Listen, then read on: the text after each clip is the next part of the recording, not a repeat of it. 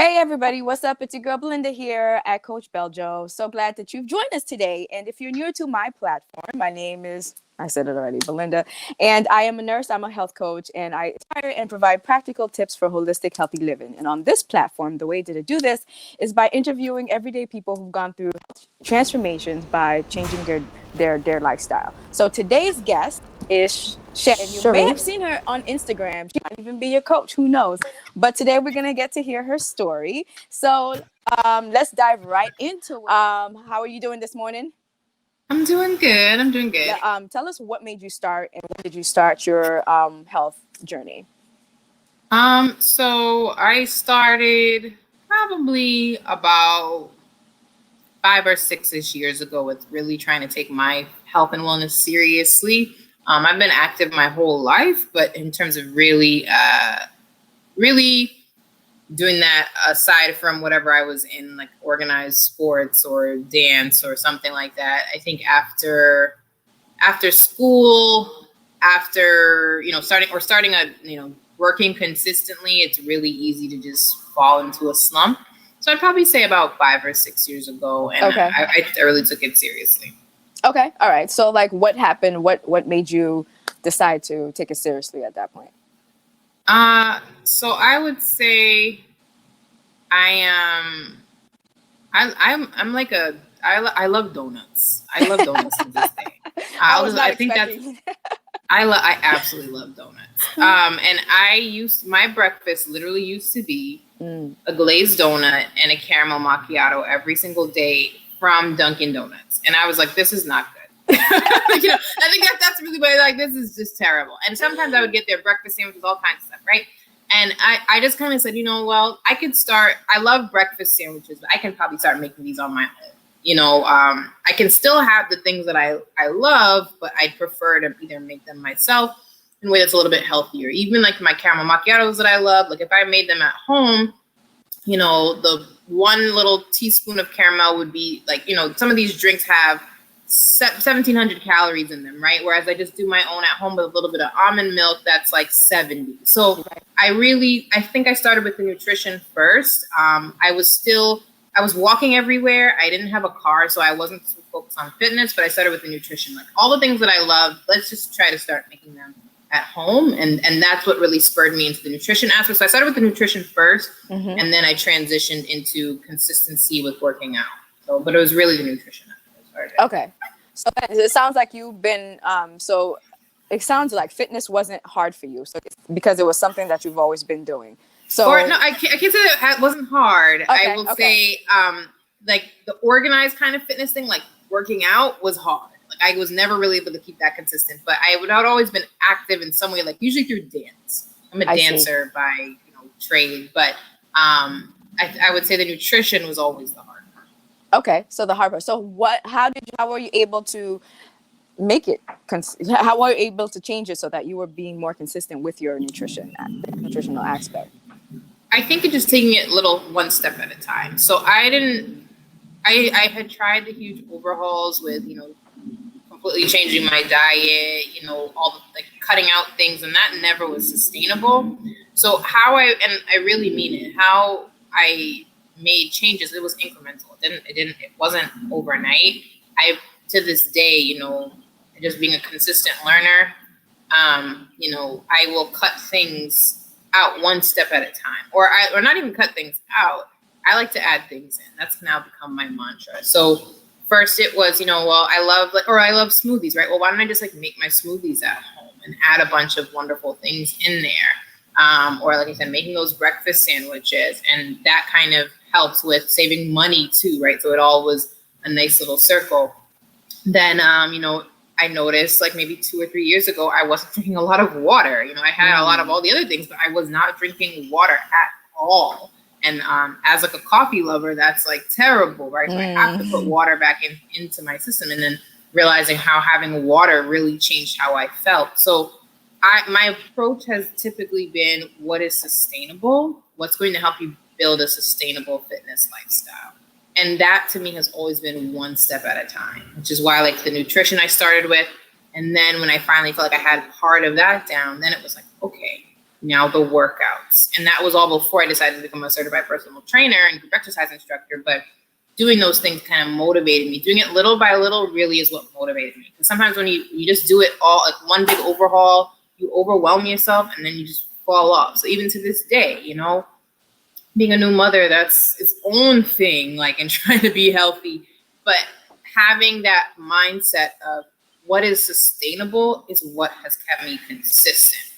Not what is over the top, what like over the top challenge can I do? How can I have everything together at one time? That's never worked for me. Ever, ever, ever. I don't think it ever will. This is what works for me. Just one little change at a time. And to me, you know, all those little steps can equal like a lifetime of health and longevity. Absolutely. Absolutely. So how long would you say that you were working on the nutritional aspect before you started focusing on something else? I'd probably say about a year. Oh, wow. That's a good amount of time. I'd probably say about a year because, like I said, it really wasn't overnight. I really enjoyed cooking at the time.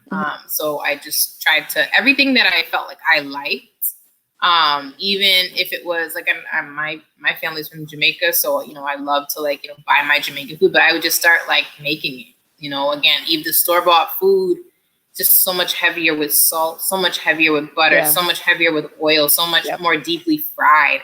I would just start making all the things myself, and I found that they tasted better, and they weren't as heavy in all of those things. Yeah, and so that was. I read this book, The Omnivore's Dilemma, which some people might be familiar with, but it really just talks about how cooking your foods, no matter what it is you're making, is just so much healthier than buying them, as opposed to really having this like all or nothing kind of like, I gotta cut these things out and replace these things. Well, it's like, no. Even when you're buying quote unquote healthy foods, right, or ordering out for healthy foods, those, like, you know, you don't know what people are putting in your food at the end of the day. So I'd say about a year.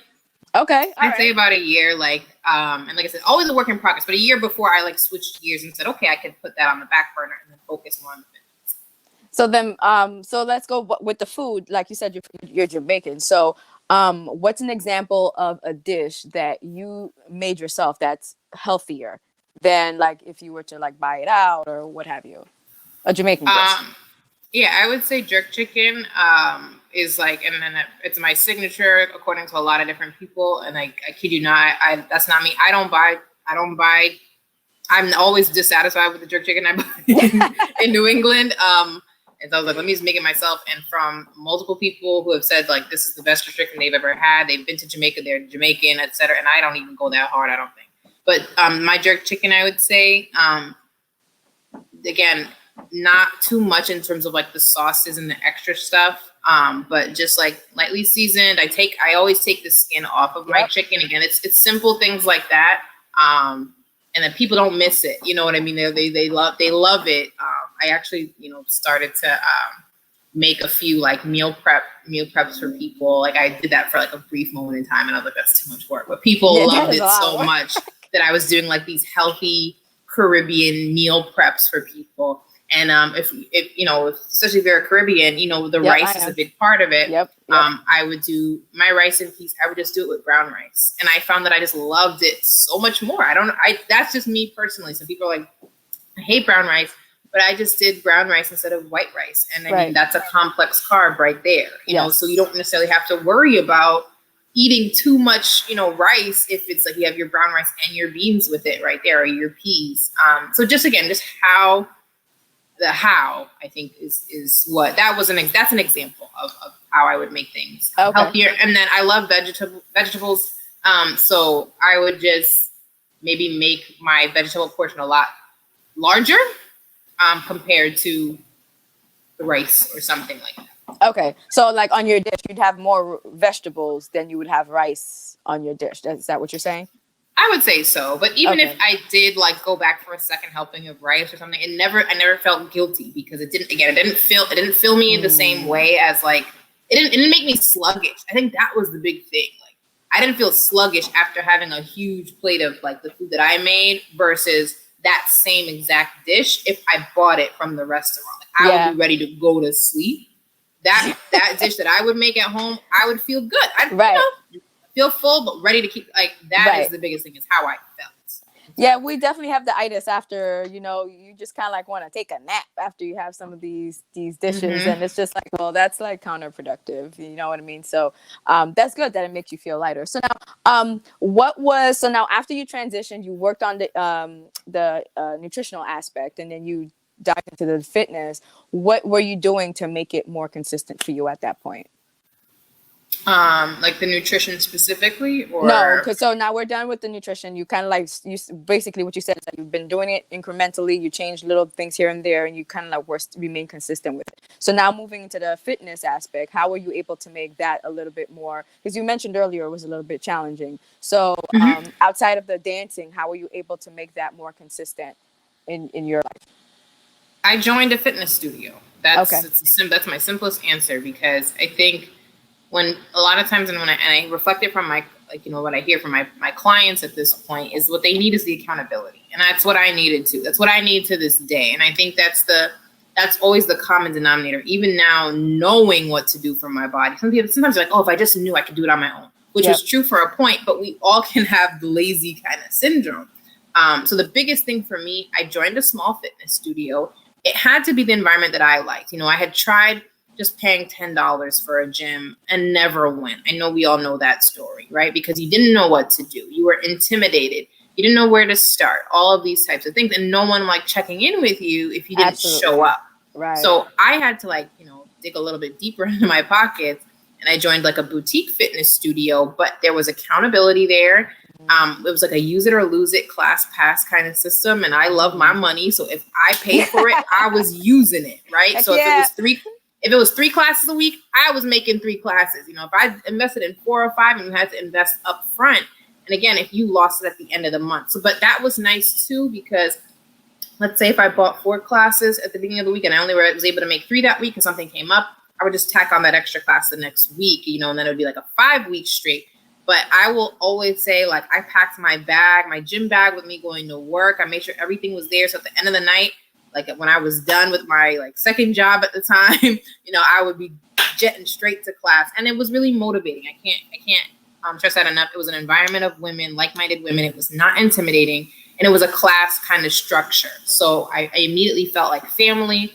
People were invested in my success. They were telling me like, oh, I remember when I joined, like, you'll be just fine. So it was a really motivating environment. Nice. That is what got me consistent and motivated so much that I decided to become a group exercise instructor and personal trainer. So that was really the pivotal point for me, where I said, I'm loving this. I'm loving how I feel. I love this consistency that I'm feeling. I want to help others feel that way too. So that's what really motivated me to transition onto the other side of helping other people. And I always said, what's better than getting paid to stay fit? Yeah, no, right? I try to be real with myself. Like, are you really going to keep this consistent for the rest of your life if something else isn't motivating you? And like I said, other people, being responsible for other people's health and wellness is always going to motivate me, or being That's accountable true. in some way, shape, or form. And I mean, I love it. I'm glad I have really embodied it as my own.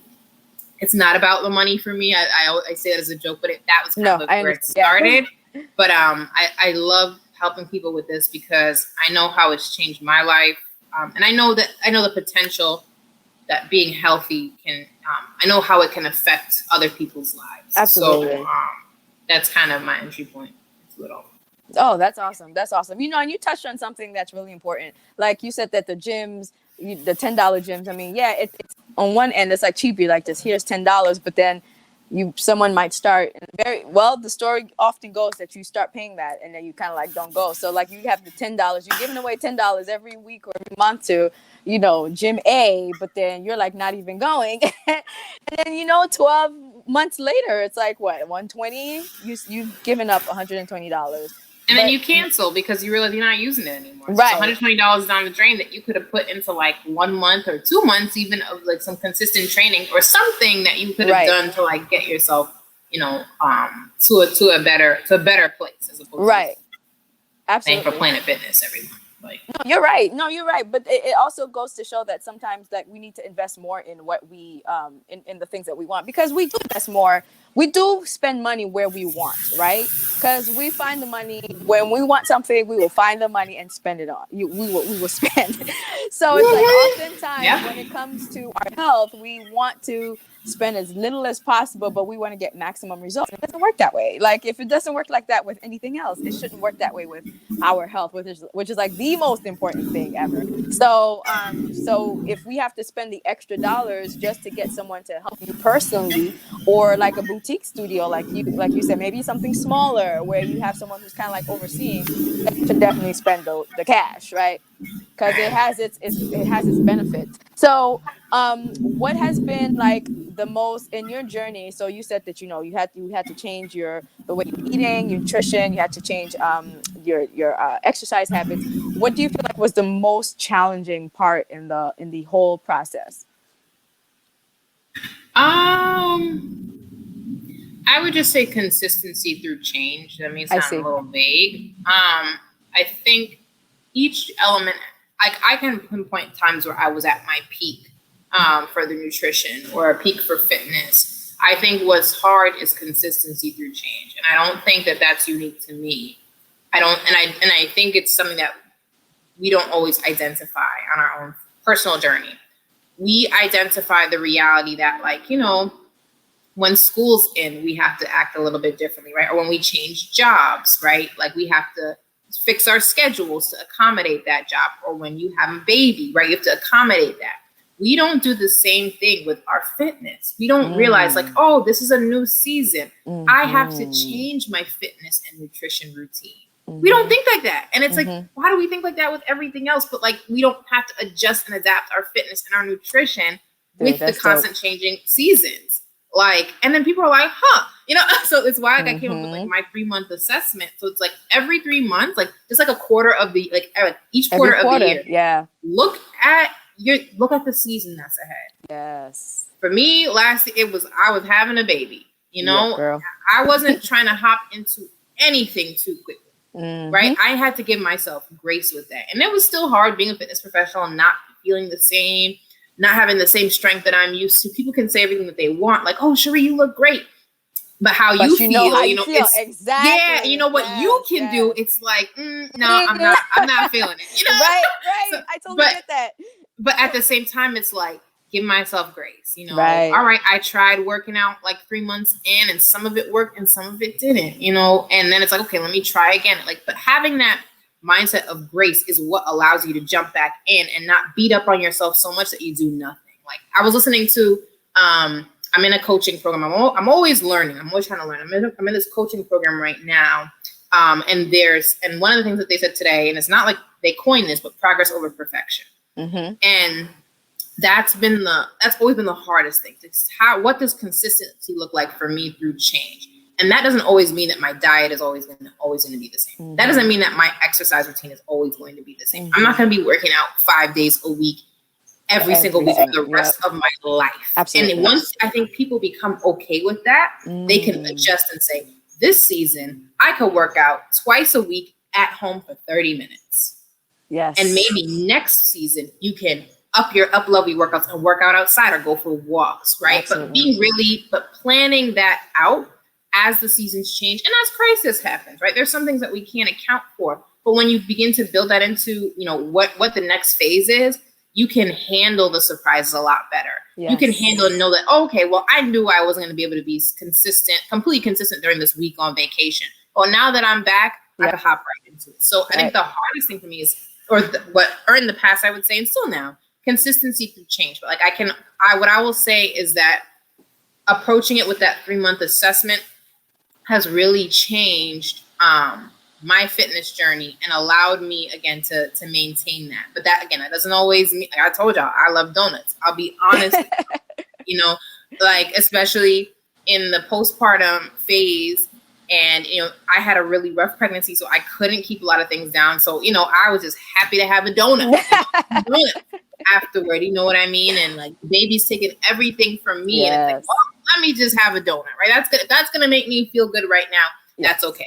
One donut is not going to kill or or undo all that I represent as a health and wellness professional. And I think sometimes too, we can see these fitness professionals, health and wellness professionals, and think that they are perfect and we just want to be like them. They have these slamming bodies, this, that, but people are not really explaining like their own like faults or their own difficulties with it. You only see what you see on the ground.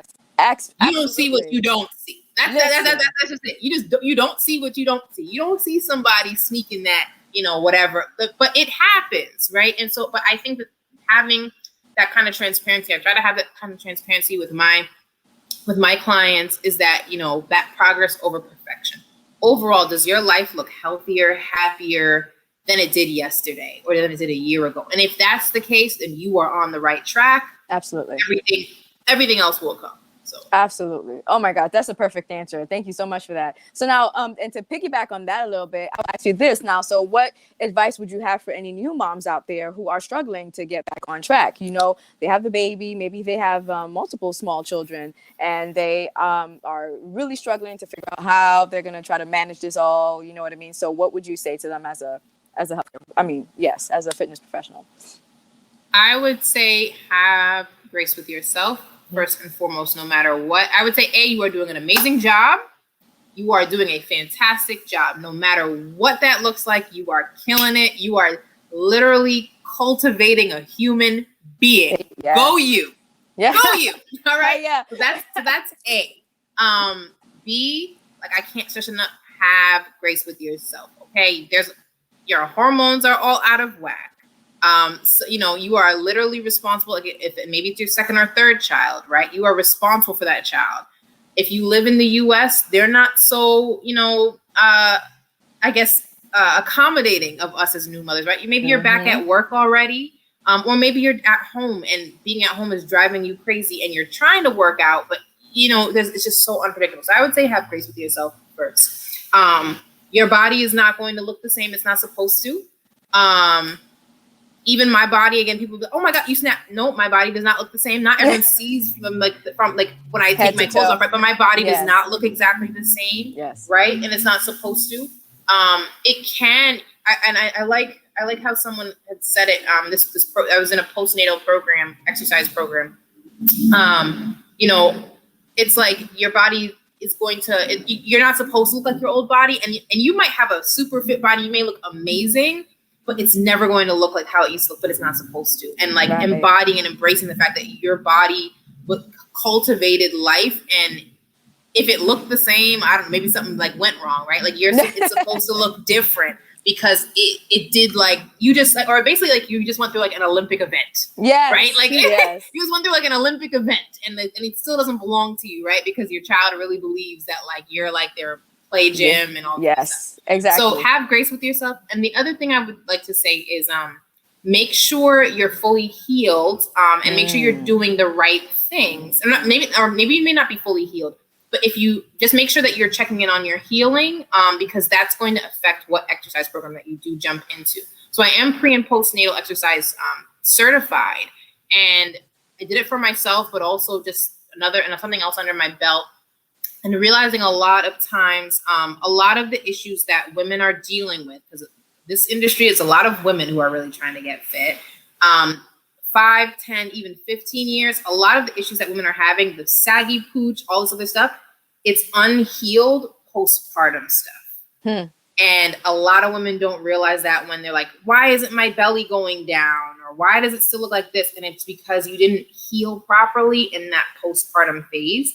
And jumping into really intense exercise too quickly can just exacerbate those problems. Sometimes to the point of no return. Yes. And you may not feel it, but a lot of it is like unhealed diastasis recti or something like that. So just be mindful that check in on your healing. This is actually probably the time that you really want to work with some sort of specialist, whether it's a physical therapist, getting to know your doctor, or someone who really knows how to work with postnatal. Because just making sure that you heal that part first is going to give you like a wonderful foundation moving forward. And it's nice too, like just knowing that you don't have to go too crazy during this time. Just do what makes you feel good. And that was always the thing for me. I got I would do like 10 minute like enhancement kind of work, like exercises, and that was it. Like, that's like, okay, that's what I was able to do, right? I would try to be doing all kinds of jumping and crazy stuff, and my body's like, you better stop it. What do you do? You can't do that yet, right? So listen to your body, and do what feels good, because you're not just doing it for, you don't want to just be thinking about doing it for, your physical, but like for your mental. Whatever's going to feed your mental, that could be just some really calm yoga. That could be just some stretching. And I will like honestly say, having that, reminding myself of doing this for my mind and just for my body in the sense of its own healing and caring for my body as opposed to the aesthetic has been really good for my mental. Postpartum depression is very real. All of these things that I attempt to do is really for my mind at this point, not my body. So I welcome all of the, like, you look great, but that's not why I'm doing what I'm doing. Like, I will get back to, what my body, or like I said, I'm not getting back to, but I will recuperate whatever it is that I had at some point in time. Could be 5 years down the line, but I am not rushing that process. Right now, it's just like core recovery, feeling good mentally and in body, and all the other crazy stuff. I'll get to it. But that's what I would say for new moms. Have grace with yourself. You just gave life. And even if it was 5 years ago, you still just gave life, because there's still, but realistically, right? If you're a mom and you have multiple kids, your life is your children at that point. So, so just have that grace. Know that you're not going at it alone. And also I would say find a community. I always say find a community, find your tribe of supportive people, because, nothing hurts worse than feeling like you're doing it by yourself. Absolutely. And that is going to really, really help you, I would say. I really like that you said that. And I will even, because I've had my own experiences with that. Like, I remember like when I first started going, working out, like that was like years ago.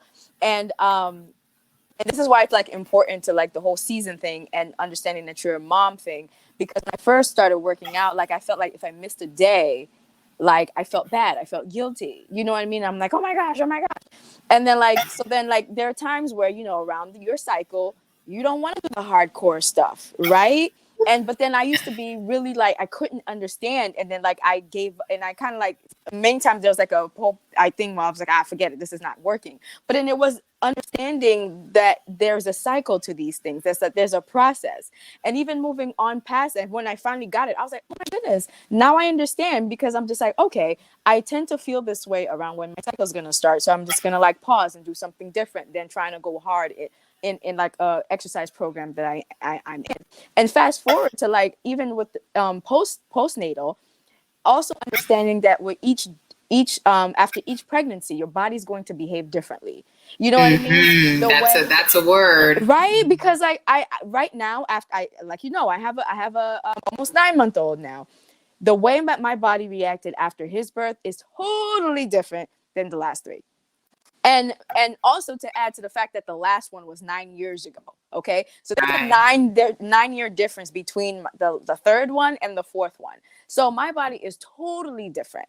And so the getting back into things took some time. Like I started and I was like, nope, this is not it. Like my knees weren't acting up. Like my core was a lot weaker. I felt like I had to do a lot more core rehab in order to feel like, okay, I can like stand with the posture and the balance and all of that stuff. It was a lot. And at first I was like, this is not working. Like, cause I was so used to going back to it as a different pace, like a faster pace, that when this was like going a little slower, I was like, oh boy, I don't know if I'm, you know what I mean? And so, but it had to like I had to tell myself like, no, you just had a baby, right? You're older now. You're not the same age you were when you had your last child. And the season was different. Like we're in the middle of pandemics. And so it's like, there's so many things. That's happening. Stress. Yeah. That's a lot of stress. And so it's like different kind of stress. Absolutely. So it's like, you have to look at the entire situation and be like, all right, what can I do? What's the minimum I can do in the meantime to kind of like get myself there, that I know that I can do to feel good. My mind feels great. My body feels great without overdoing it, like, to the point where I feel like I have to give up. So I can totally resonate with what you just said, because that is so key. That is so important. That is so key. That's so important. Anyway, so you said that you have like a, well, I know that your baby is like, she's small right now, but like, how do you plan on incorporating healthy lifestyle with your family? Yeah, and that's a great question. It's so funny. So with the virtual studio that I just opened, or we just opened, BBB 360 Magic, the virtual movement studio, we are talking about what family nutrition looks like, because a lot of times we talk about like meal prep, but it's like, what the heck is meal prep when you have like 3 or 4 different kids running around eating chips and this and that, right? And you have to cook for everybody. Yes. You gotta cook your meals over here, and then but they don't want it, right? And and I'm so glad that we're starting to talk about that. So it's funny, as she's starting to eat the pureed foods and all this stuff, right? I'm here like, okay, I think I gotta clean up my diet just a little bit, because because she's gonna be eating what I'm eating, right? To some degree, not just I do breastfeed her, and she only gets breast milk. As far as milk, she's not formula fed, but along with other foods, right? So we've been just doing like the plain vegetables pureed and organic stuff as much as we can. But this is also like a reminder, part of me being with family, you really do feel like a kid again. You're getting you're in the house where you have the cookies and the chips and this and that, right? And so it's like, well, she's going to be eating realistically. Kids are, they learn by seeing, what do you do? They're going to want to do, if I'm popping chips in my mouth, she's going to want to go for chips. Absolutely. So it's actually a reminder. So I think for that part, she's now a different kind of motivator for me. I think the movement stuff, I will always say now for me it's so easy. I can move. I love moving. I got to at 7 o'clock in the morning, get up. I got to go for a walk. I got to do something. I get stir crazy if I don't move. The nutrition is always going to be the challenge for me. And so, but now she's a different kind of motivator. Well, it's like, well, you know what? If I want to put her in a position where she's going to win when it comes to food. I know my mother tried to do the same thing with us. But, I think once we started going to school, that was the battleground. Because they brought cake and cookies and chips and soda. And so she couldn't fight it if she tried, right? And so really thinking about that now, what kind of tastes, what is she eating? What is she developing a taste for and a love for and a joy for? Yeah. I could even give her a bunch of fruits, but maybe let's stick with the vegetables, the green beans and the squash and all that other stuff. And again, it's just oh, you're not going to add a little bit of butter so she can taste it. And it's no. She doesn't know what that tastes like. Why introduce it, right? Exactly. But it's just but we're combating this kind of mindset, of our wonderful matriarchs. These people raised me, right? So, and I didn't turn out that bad. But sometimes I'm no, I'm just gonna give her the plain pumpkin. She's just excited just to be chewing on something. So I love the phase that she's in, because, and you can speak to it, right? It's just that exploratory, I tried something new, and her face is oh my God, I'm just excited to have something in my mouth like everyone else. So, but I think it's a real opportunity. And again, this is me. This is my first child. So kudos to you who had this. So I know I have a lot more to learn. But my hope is that this is this starting off. And my dad always said it to me too. Is if we started you guys off, and we weren't giving you guys the McDonald's and then this and that, you guys just wouldn't have developed a taste for it. So that's right. And even in the industry that I'm in right now, yes, I'm in the business of helping women where they're at. And a lot of times we're helping people so far down the line. We're combating diabetes, we're combating the hypertension, we're combating the obesity. And, for whatever reason, at 20 something years old, I was I want to get it together because I see what's happening down the road with my family. And I don't want that to be me. But what cultivates that mindset in a young person? And some people, we're young and we just go with it. But majority of us, the statistics show that we get there way too late. 30s, 40s, and we're dying. And so it went down even with the choices around how I brought my daughter into this world. What are the things, I chose to have a home birth. I chose, there were things that I chose that I'm what is going to set? I chose, she is going to be breastfed if I can, fight it, right? And if you know all the things about breast milk and all the wonderful benefits and how it just sets up kids for a life from when they're babies.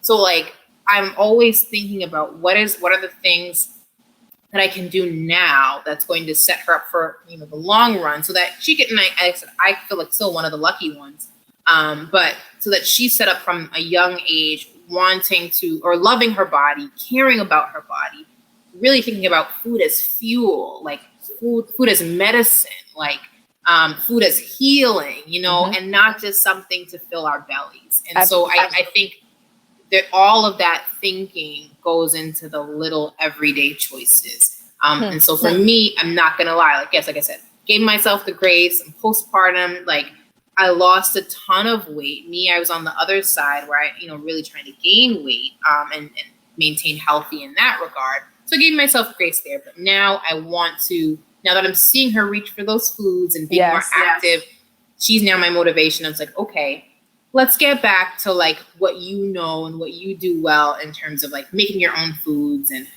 you know, showing her, like, you know, she's going to be around probably soon, right, in the kitchen, like banging pots and, you know, pretending that she's cooking. So all of those things that she's seeing me do, I want her to feel like, you know, mommy has her, you know, lemon ginger tea in the morning. I want my lemon ginger tea, like all those whatever. Like, so I think that's my mindset, is like, I want her to be healthy. I got to do it for myself.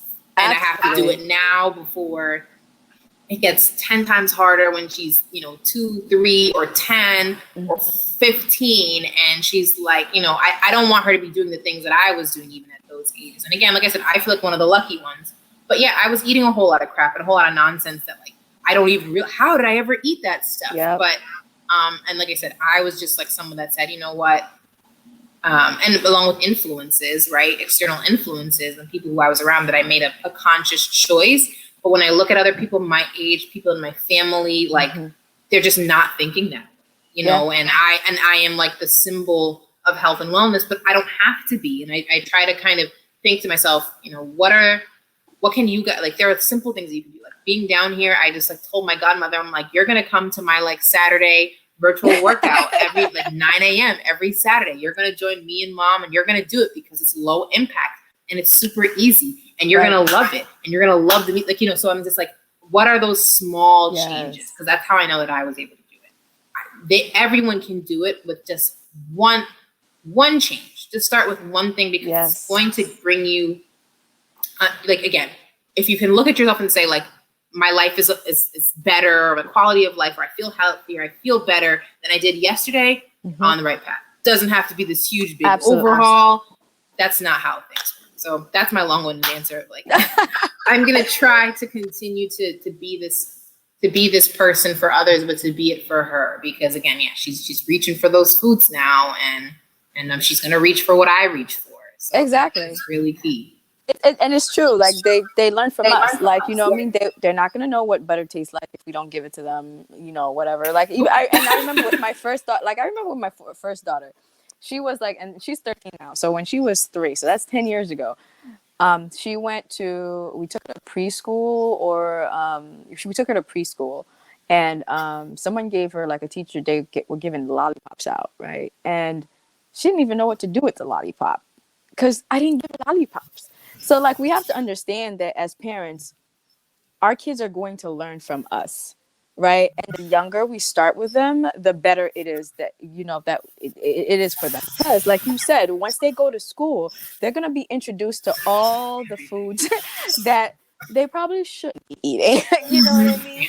And so if we don't give them a basis, at least a basic level education of what healthy eating looks like, what a healthy lifestyle looks like, then we're doing them a disservice, because when they are bombarded with all the other stuff, then they're not going to know the difference. So that's why it's important for us as parents to, like, the earlier we start, the better. You know what I mean? However, if you feel like your kids are already older, let's not just kind of like give up on it either. You can still start somewhere, because, like, I interviewed someone not too long ago that her son is 16, you know what I mean? And they were in the habit of eating out and all that stuff. And she actually now she cleaned up her diet, she changed her lifestyle, and now she's introducing her son slowly back into eating healthy. So it is possible. It's not going to be overnight, but it is possible. But again, we have to kind of like desire to make those changes ourselves, take them small, do small changes, have a lot of grace with ourselves, because we will mess up. So if we're gonna mess up, we know that you know what I mean, there are gonna be times that kids are gonna be like, nah, I just want fries, you know what I mean? You know what I mean? So it's super important. Well, I'm super excited. I'm so grateful that you had time to chat with me, and this is that those are all the questions that I have. I don't know if you have anything else to add, but those are all the questions that I had, and I really enjoyed hearing your story and what you're doing. So before we do end, please tell us a little bit about your virtual studio. So if anybody wants to join, they can. Sure. So it's the BBB 360 Magic Virtual Movement Studio. Okay. So we are, at this point, we're just a virtual studio, but we are an entire lifestyle brand that really is dedicated from the ground up, right? From the little ones all the way to where we're going right up here to really create a life-changing health and wellness experience. So we started with our virtual movement studio, but we have 3 tiers: movement, moderation, and motivation. All right. Nice. So we start with your movement. It's just weekly fun fitness classes, Afro Soca Fit, move and step, dance with a kick rather, right? 10, 10, 10. We have like so many different classes that you can join with us virtually. But again, it doesn't stop there. We do have moderation, which is our nutrition, and motivation, which is our accountability tiers. So we're really hoping, we're just starting here. We're just, starting with little steps as we believe in. But we'll have workshops. We'll have conferences. We're really going to think about what does this look like, again, in a sustainable way for people. And I think what a lot of people feel like, it's not just a gym, right? The gym itself is the place that you go to, I guess, to intervene in whatever is happening. But it's usually just the starting place where folks begin to realize, well, I have to figure out the diet part, and I need some accountability, and I need to learn.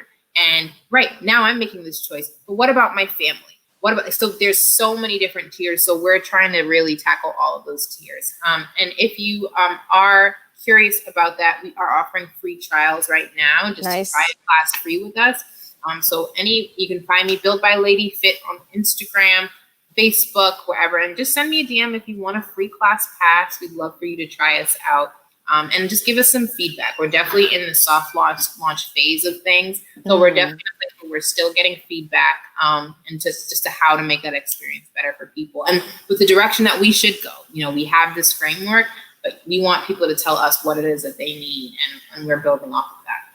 That's awesome. Thank you so much, Shari, for sharing. And I definitely hope that folks out there will, who are listening, can definitely give the studio a try. I know I will. We'd love to have you. Yeah, I would definitely love to give it a try. So, thank you so much for your advice, your words, and for sharing your story. And for those of you listening, I hope you had a ton of information from this conversation, because we definitely had a good time, and there are a lot of gems that were shared today. So, guys, give yourself some grace. Know that it is possible. Everybody's in different stages in their journey, but it is possible. We can definitely continue to make it one day at a time, one small movement at a time, one small change at a time, but it's definitely possible. So thank you so much. Share, comment, and subscribe, and I'd love to hear what you think. And thank you so much, and I'll see you next time. Bye.